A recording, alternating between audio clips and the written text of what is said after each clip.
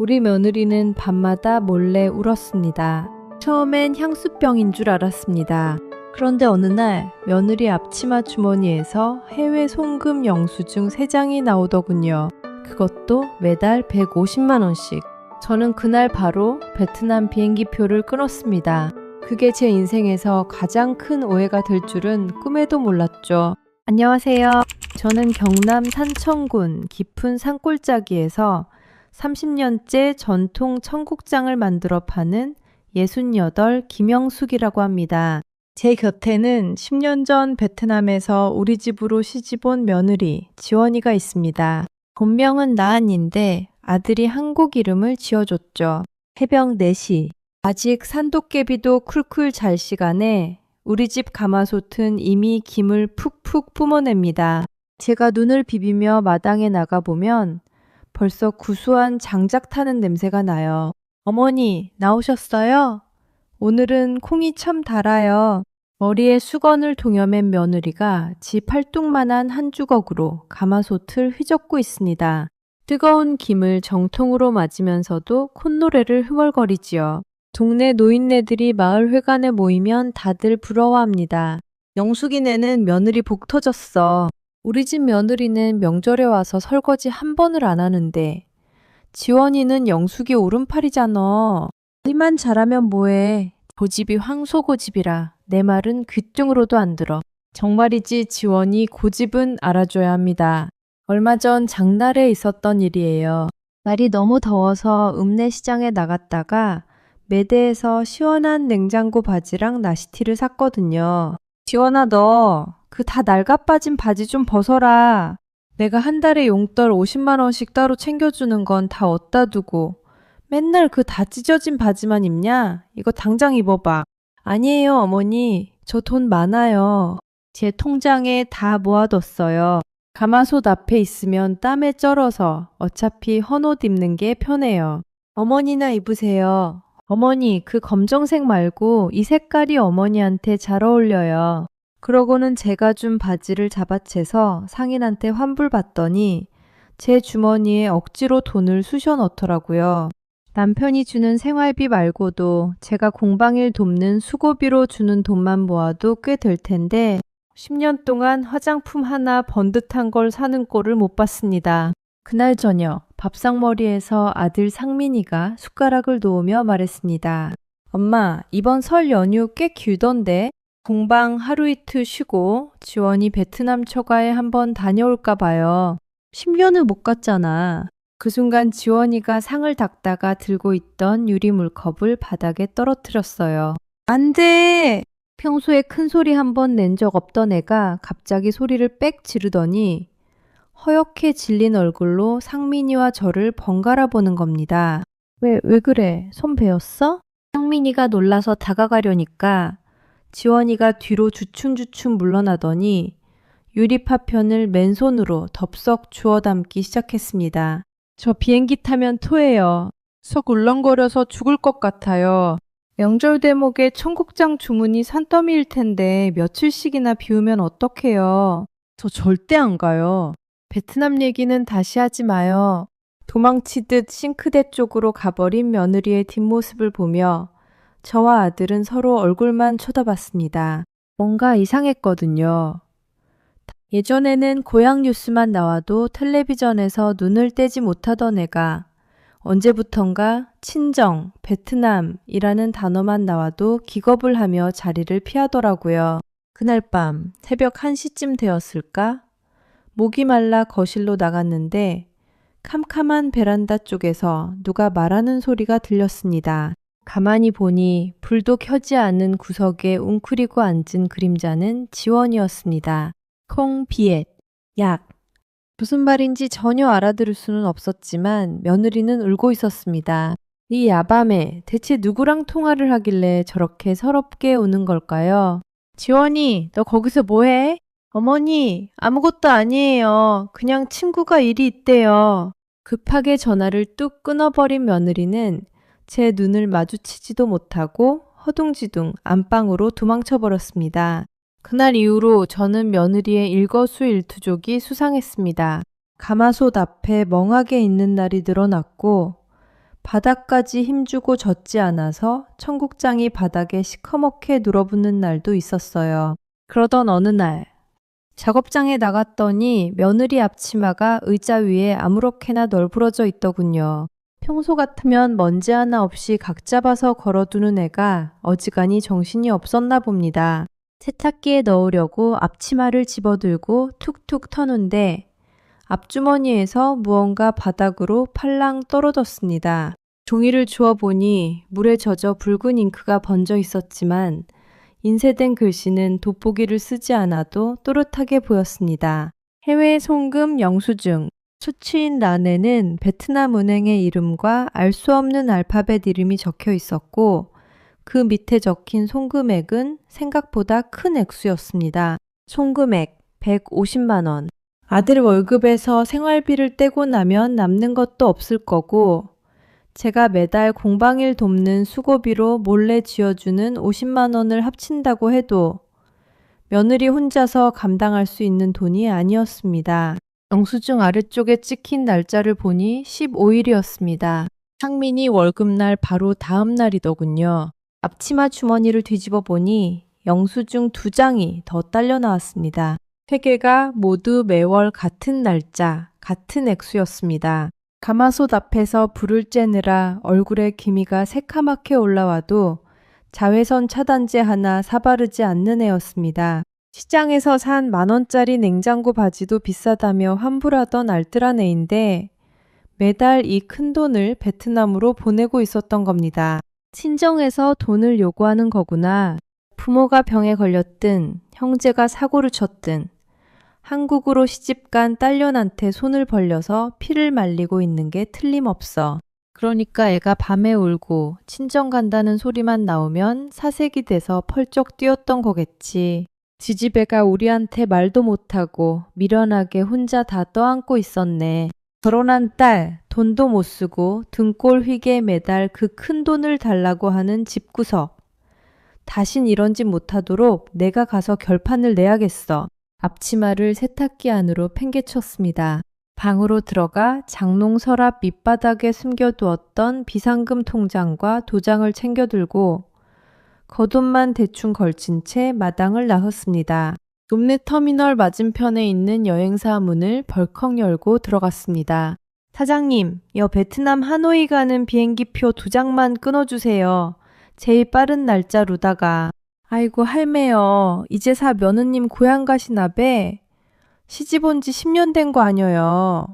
10년간 친정도 안 가고 그저 시댁에 딱 붙어서 딸처럼 그렇게 시어머니 잘 모시고 매사 일 잘한다고 소문이 파다하더만. 하여간 그 집은 며느리 복 터졌지. 며느리 복은 무슨. 내가 당장 가서 그 집안 버르장머리를 단단히 고쳐놓고 올 겁니다. 한국 와서 새벽부터 가마솥 앞에서 땀 흘리는 내 며느리 피 빨아먹는 인간들은 사돈이라도 내 손에 뼈도 못 추리지. 마침 모레 아침 일찍 출발하는 표가 있네. 짐 싸실 시간이나 있겠나. 짐 쌀 시간? 충분해, 김 사장. 바로 비행기표 끊어주소. 종이에 인쇄된 이 티켓 2장을 쥐고 집으로 돌아오는 내내 머릿속으로 사돈어른 앞에 서서 호통치는 제 모습을 수십 번도 더 그렸습니다. 시집을 보냈으면 남의 집 사람인데 어디 내 새끼 눈에서 피눈물 나게 합니까?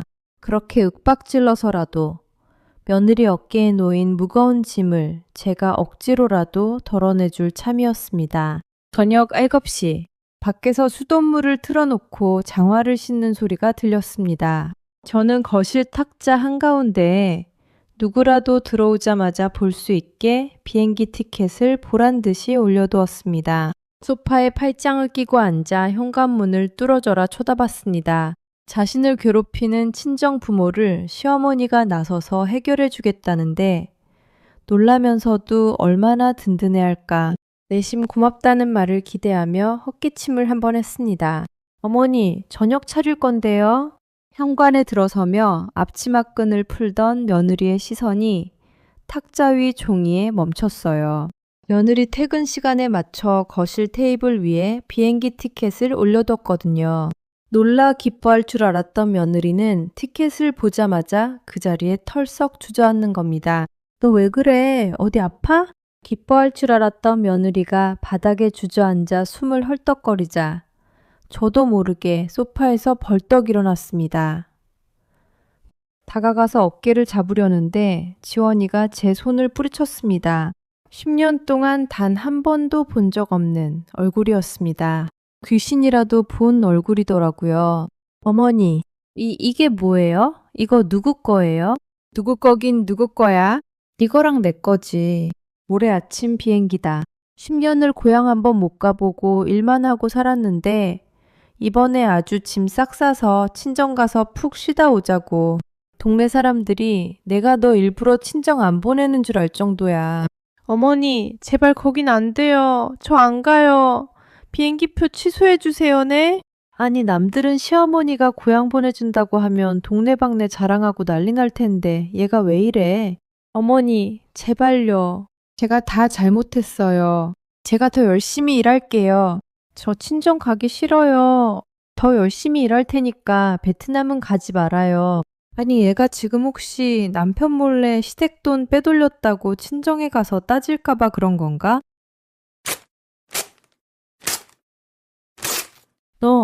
너 지금 뭐 하는 짓이야? 지원이가 갑자기 티켓을 갈기갈기 찢었습니다. 저는 반사적으로 달려들어 며느리의 손목을 매몰차게 내리쳤지요. 며느리는 빨갛게 달아오른 손을 부여잡고 소리 없는 울음을 토해내고 있었습니다. 이 표가 어떤 표인데 찢어? 네가 이럴수록 내가 더 가야겠다. 도대체 네 친정 부모라는 작자들이 어떤 인간들이길래 네가 이러는 건지 내 두 눈으로 똑똑히 봐야겠어. 저는 안방 장롱문을 열고 이민 가방을 끌고 나왔습니다. 그리고는 지원이 방에서 옷장에 걸린 옷들을 마구잡이로 가방 안에 쑤셔 넣기 시작했습니다. 어머니, 안 돼요. 제발 이러지 마세요. 지원이가 방바닥을 기어와 제 팔에 매달렸지만 저는 매정하게 뿌리쳤습니다. 낡은 티셔츠, 무릎 나온 바지, 닳고 다른 양말. 가방을 채울수록 며느리의 행색이 고스란히 드러나 속상했지만 멈추지 않았습니다. 출국 당일 새벽, 상민이는 영문도 모른 채 어리둥절한 얼굴로 트럭에 짐을 싣고 우리를 인천공항까지 태워다 주었습니다.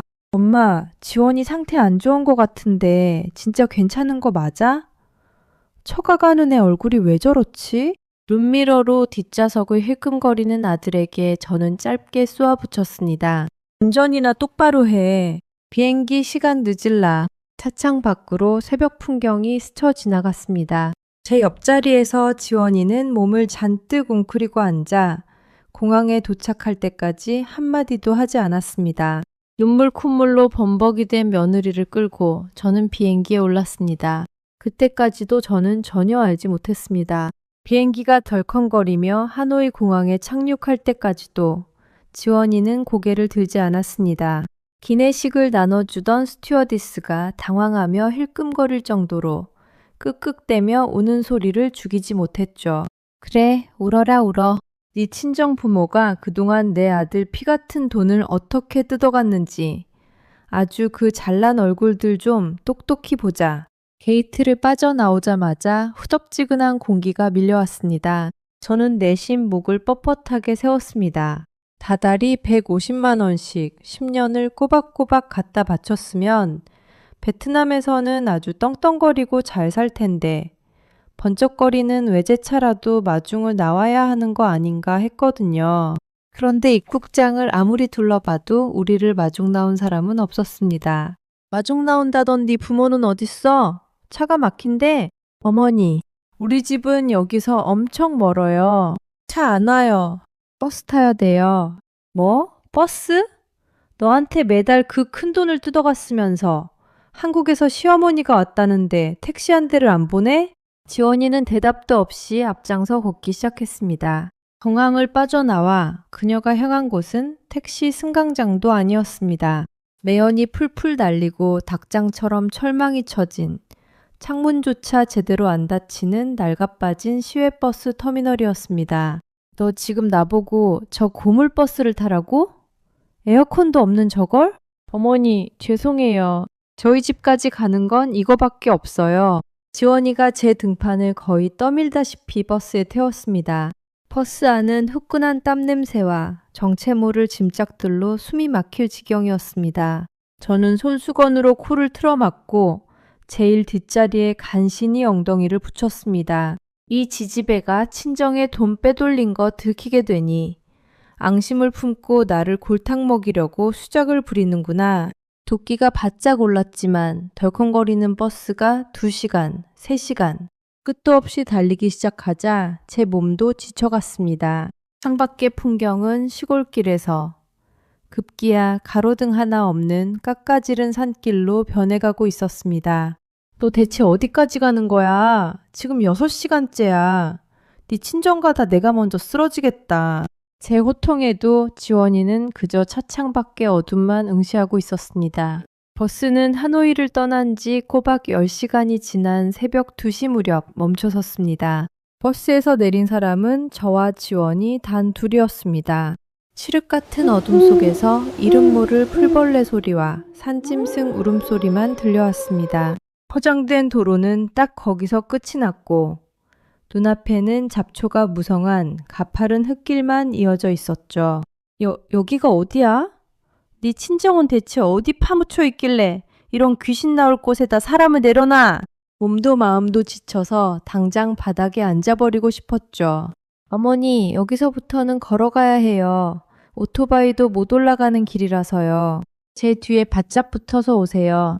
가로등 불빛 하나 없는 진흙등으로 뒤덮인 좁은 비탈길을 지원이가 이민 가방을 끌며 천천히 걸었습니다. 저는 지원이의 이민 가방과 시커먼 숲을 번갈아 보며 행여 놓칠세라 열심히 따라 걸었습니다. 낯설기도 한데다 무섭기도 하고 달밤에 체조도 이런 체조가 없습니다. 발을 뗄 때마다 찌그덕 철퍼덕 하는 소리가 칠흑 같은 산속에 메아리 쳤습니다.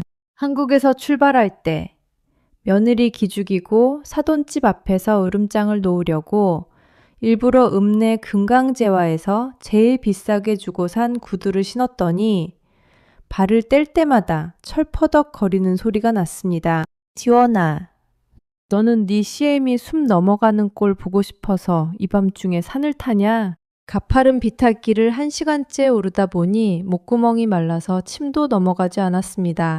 이민 가방을 끌고 가던 며느리 등허리는 이미 땀으로 흠뻑 젖어 있었습니다. 어머니, 괜찮으세요? 여기 물 좀 드세요. 지원이가 얼른 짐을 바닥에 내려놓고 보온병 뚜껑에 물을 따라 내밀었습니다. 어둠 속에서도 며느리의 숨소리가 거칠게 들렸습니다. 저는 물을 받아 마시면서 생각했죠. 매달 150만 원씩 우리 집 피 같은 돈을 삼켰으면 이런 첩첩산중 귀신 나올 것 같은 동네가 아니라 하노이 시내 한복판에 아파트를 샀어야지. 대체 그 많은 돈을 다 어디다 빼돌리고 아직도 이런 비포장 산길을 걷게 만들어? 어맛! 이끼 낀 돌을 잘못 밟은 제 오른쪽 발이 미끄러졌습니다. 그리고 몸이 기울더니 그대로 진흙 구덩이 쪽으로 꼬꾸라지고 말았습니다. 아이고 어머니. 나동그라진 제 앞으로 지원이가 가방을 팽개치고 달려왔습니다. 무릎부터 바닥에 찌은 터라 찌릿한 통증이 올라왔고 무엇보다 제 오른쪽 발에 신겨져 있던 구두가 진흙 구덩이에 완전히 박혀버렸습니다. 아이고 내 구두 저기 얼마짜린데 새 구두 다 베렸네.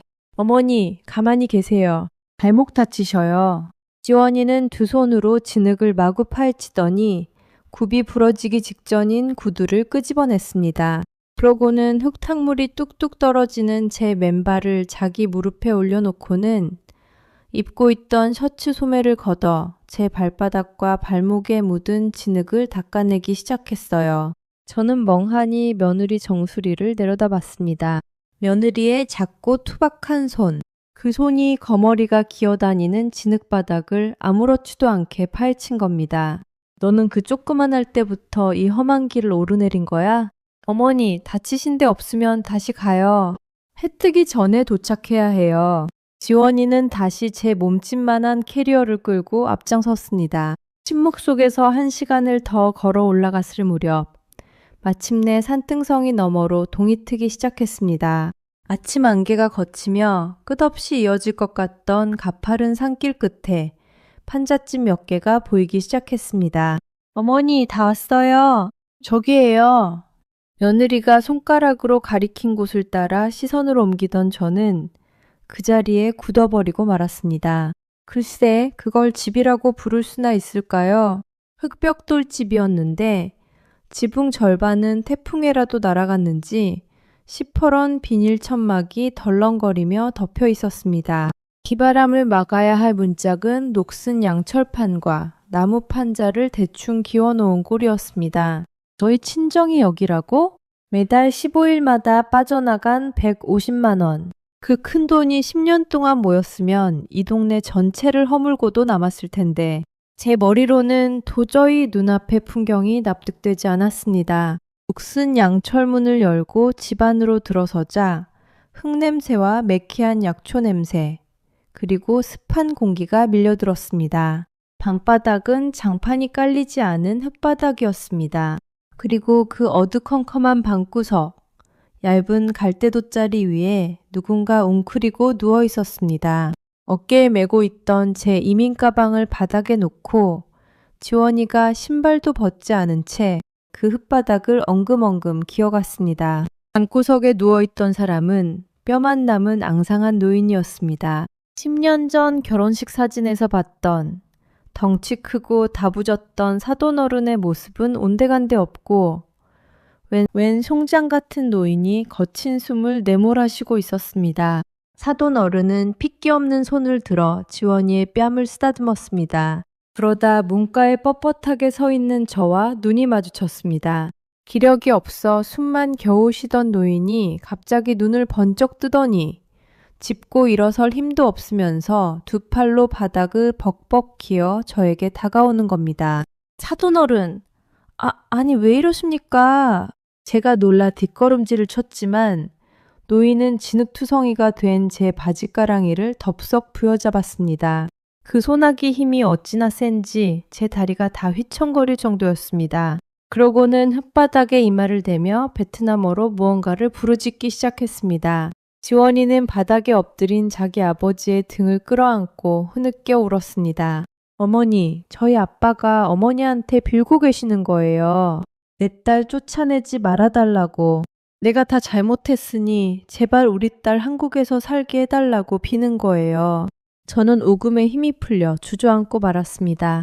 내 아들 돈을 등쳐먹고 떵떵거리며 사는 파렴치한 인간들이라고 확신했는데 단단히 버르장머리를 고쳐놓겠다고 벼르고 왔는데 제 눈앞에 있는 건 당장 내일 숨이 끊어져도 이상하지 않을 가엾은 늙은 아버지였습니다.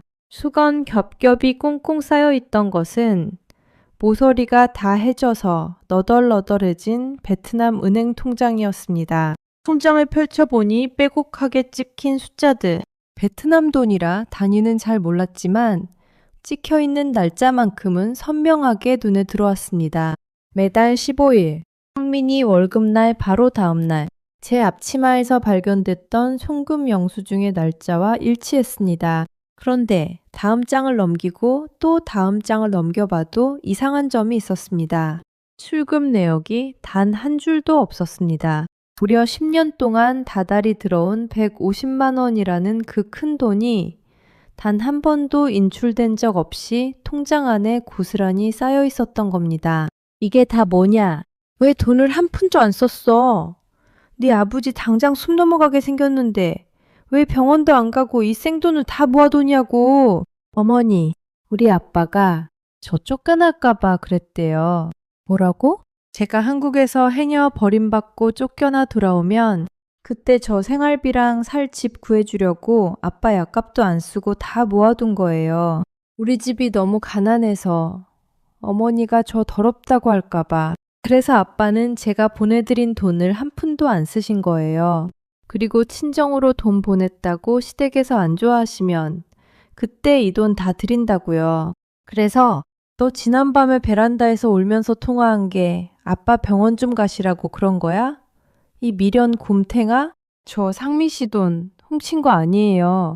제가 장날에 나가서 마늘 까고 새벽에 옆집 과수원 알바해서 모은 돈이에요.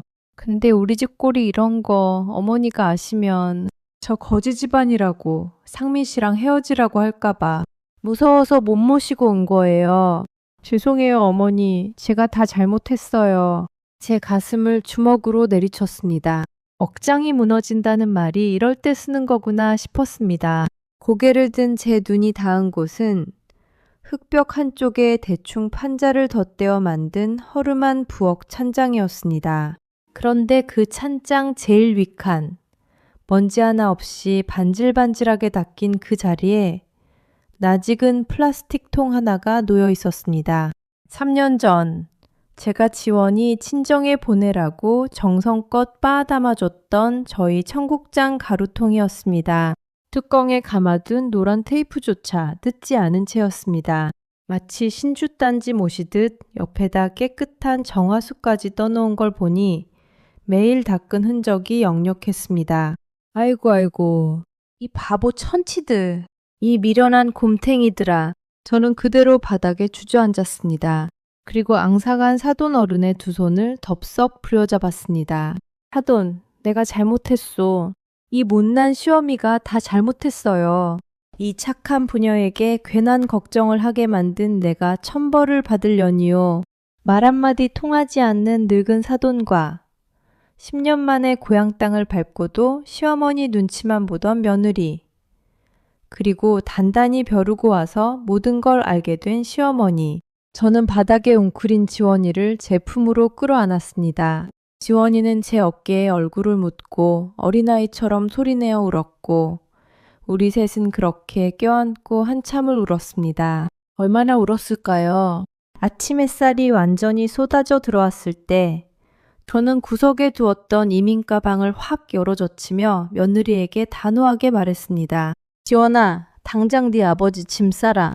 어머니, 짐이라니요. 저는 코를 마저 풀고 방구석에 널브러진 보따리를 집어들었습니다. 이 사람아, 네 아버지 숨 넘어가게 생겼는데 여기서 약초 물이나 다려 먹일 참이야? 하노이 시내에 제일 큰 병원이 어디야? 퍼뜩 챙겨. 당장 산 내려갈 거니까. 제 호통에 지원이는 그제서야 허둥지둥 움직이기 시작했습니다. 챙길 짐이라곤 다 해진 옷까지 몇 벌이 전부였습니다. 저는 당장 집 밖으로 나가 동네 청년 서넛을 붙잡고 지갑에 있던 달러 뭉치를 쥐어주었습니다. 손짓 발짓 다 섞어가며 저 아픈 노인을 산밑 버스 정류장까지 업어다 주면 이 돈을 다 주겠다고 했습니다. 역시 돈이 좋아요. 어디서나 통합니다. 그 험난한 산길을 청년들이 서너 명이 교대로 사돈 어른을 들쳐업고는 단숨에 내려가 주더라고요.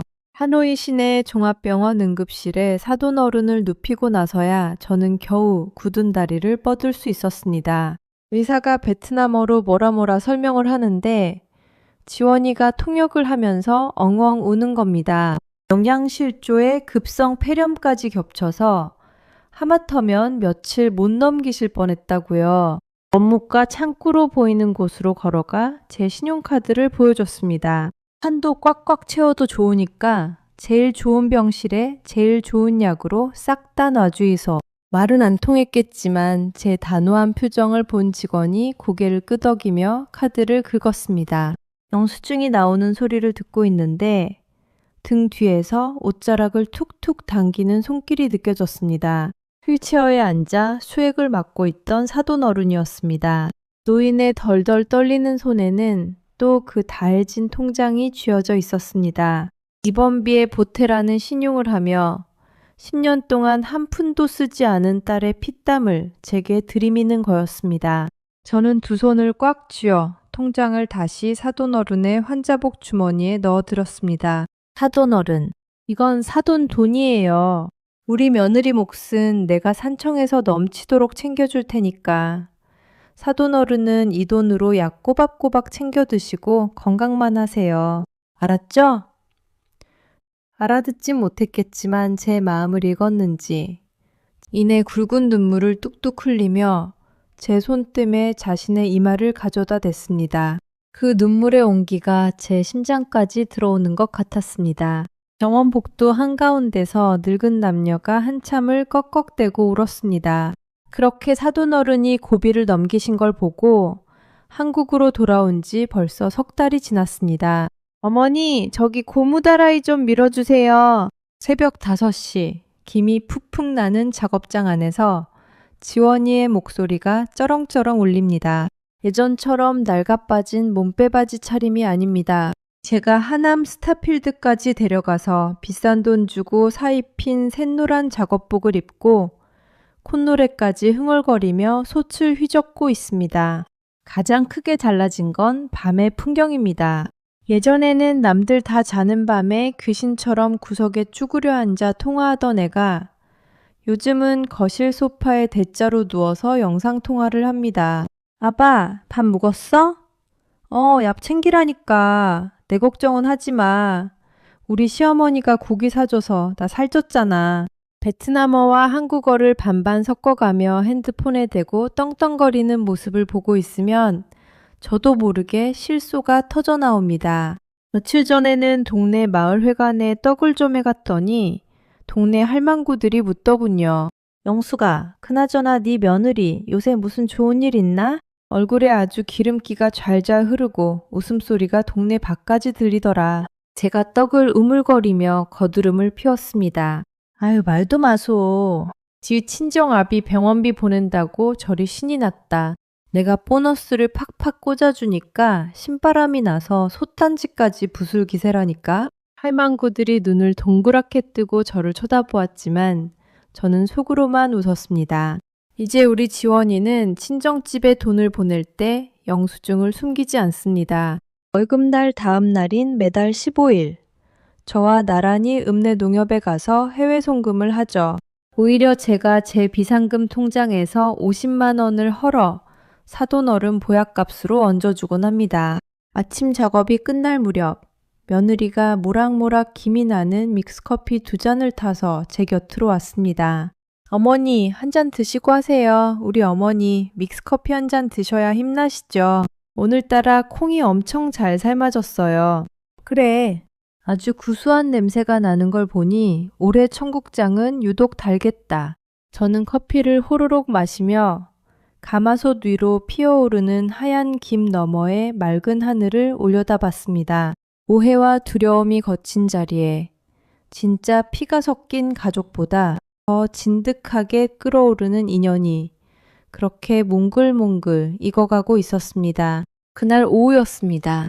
우체국 김씨 아저씨가 오토바이를 타고 요란하게 마당으로 들어서더니 베트남에서 온 소포 상자 하나를 마루에 툭 던져놓고 갔습니다. 발신인은 사돈어른. 떨리는 마음으로 박스 테이프를 뜯어낸 저는 상자 안에 든 물건을 확인하고는 그 자리에서 다시 한번 오열하고야 말았습니다. 박스 테이프를 뜯어내자 코끝을 찌르는 알싸한 약초 냄새가 먼저 풍겼습니다. 베트남 신문지로 겹겹이 뭉쳐놓은 포장을 하나씩 벗겨냈습니다. 가장 먼저 나온 것은 뭉툭하게 깎인 튼튼한 나무지팡이였습니다. 가파른 진흙탕 산길을 오를 때 제가 무릎을 쥐고 헉헉거리던 모습을 잊지 않으셨던 겁니다. 나무지팡이의 손잡이 부분은 얼마나 사포질을 해댔는지 맨질맨질하게 윤이 나 있었습니다. 그리고 그 밑에 작은 비닐봉지에 쌓인 무언가가 들어있었습니다. 비단천을 기워 만든 투박하지만 쨍한 분홍색의 전통 꽃신이었습니다. 제가 산길 진흙 구덩이에 처박고 왔던 뾰족하고 쓸모없던 분홍색 굽구두. 그걸 대신해서 언제 어디서든 편하게 신으라며 사돈 어른이 한 땀 한 땀 바느질을 해서 보낸 거였습니다. 뒤늦게 마루로 나온 지원이가 상자 안의 물건들을 보더니 그대로 입을 틀어막았습니다. 꽃신 코에 얼굴을 묻고 우는 제 앞으로 꼬깃한 편지 한 장이 떨어졌습니다. 아마도 하노이 병원의 간호사나 한국어를 아는 누군가에게 부탁해 그림 그리듯 억지로 적어낸 문장 하나가 보였습니다. 나의 딸에게 진짜 어머니가 되어주셔서 감사합니다. 저는 그 편지를 가슴에 품고 한참을 마루에 엎드려 울었습니다. 눈물 콧물로 범벅이 된 제 얼굴을 지원이가 자신의 옷소매로 연신 닦아주었습니다. 울지 마세요, 어머니. 우리 아빠가 이제 어머니 안 미운가 봐요. 이렇게 예쁜 선물도 보내고 지원이 농담에 저는 피식 웃음이 터지고 말았습니다. 그해 우리 산청의 청국장 공방은 그 어느 때보다 바쁘게 돌아갔습니다. 지원이는 이제 제법 공방사장 태가 납니다. 가끔 제가 가마솥 불 조절을 실수라도 할라치면 어머니 콩 다 타요. 저쪽 가서 쉬세요. 하고 호통을 치기도 하죠. 그럴 때면 동네 사람들은 시어머니 잡는 며느리라며 혀를 끌끌 차지만 저는 그게 그렇게 듣기 좋을 수가 없습니다.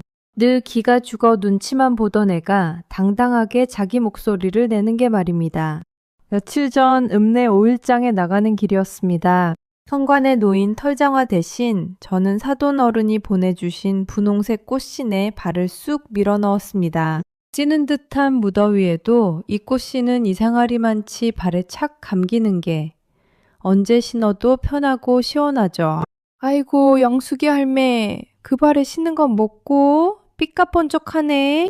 시장 입구에서 만난 채소 가게의 할망구가 눈을 동그랗게 뜨며 물었습니다. 아 이거 우리 사돈 어른이 베트남에서 손수 지어 보내주신 기지. 우리 며느리 친정아버지가 내 발 시원하라고 이래 정성을 들였다 아이가. 할망구들이 부러움 반 질투 반으로 웅성거리는 사이 저 멀리서 양손에 대파와 물을 잔뜩 든 지원이가 종종 걸음으로 뛰어오고 있었습니다. 어머니 바닥 젖었는데 미끄럽게 그걸 왜 신고 나오셨어요? 넘어져서 어디 다치시기라도 하면 저만 고생해요. 빨리 가요. 제 팔짱을 덥석 끼고 쟁걸음을 치는 며느리의 콧등에 땀방울이 맺혀 있었습니다. 저는 못 이기는 척 그 팔짱에 몸을 기대며 활짝 웃었습니다. 제가 며느리 몰래 일을 하나 벌이고 있는 게 있지요.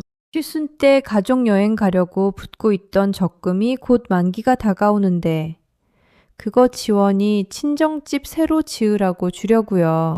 이 돈 쥐어주면서 친정아버지 비 안 새는 번듯한 벽돌집 하나 좋은 곳에 지어드려라 하고 서프라이즈 할 생각에 밤에 자다가도 웃음이 실실 새어나옵니다. 만기까지 지원이한테 비밀로 해야 하는데 이놈의 입이 자꾸 실룩거려 눈치 빠른 지원이가 알아챌까 걱정입니다. 만약 여러분이 경남 산청을 지나치신다면 읍내시장에서 시어머니 팔짱을 끼고 잔소리를 퍼붓는 괄괄한 베트남 며느리와 그 옆에서 분홍색 꽃신을 신고 웃는 할머니를 찾아보세요. 그게 바로 진짜 가족이 된 저와 우리 딸 지원이의 모습일 테니까요. 제 이야기는 여기까지입니다. 들어주셔서 감사합니다.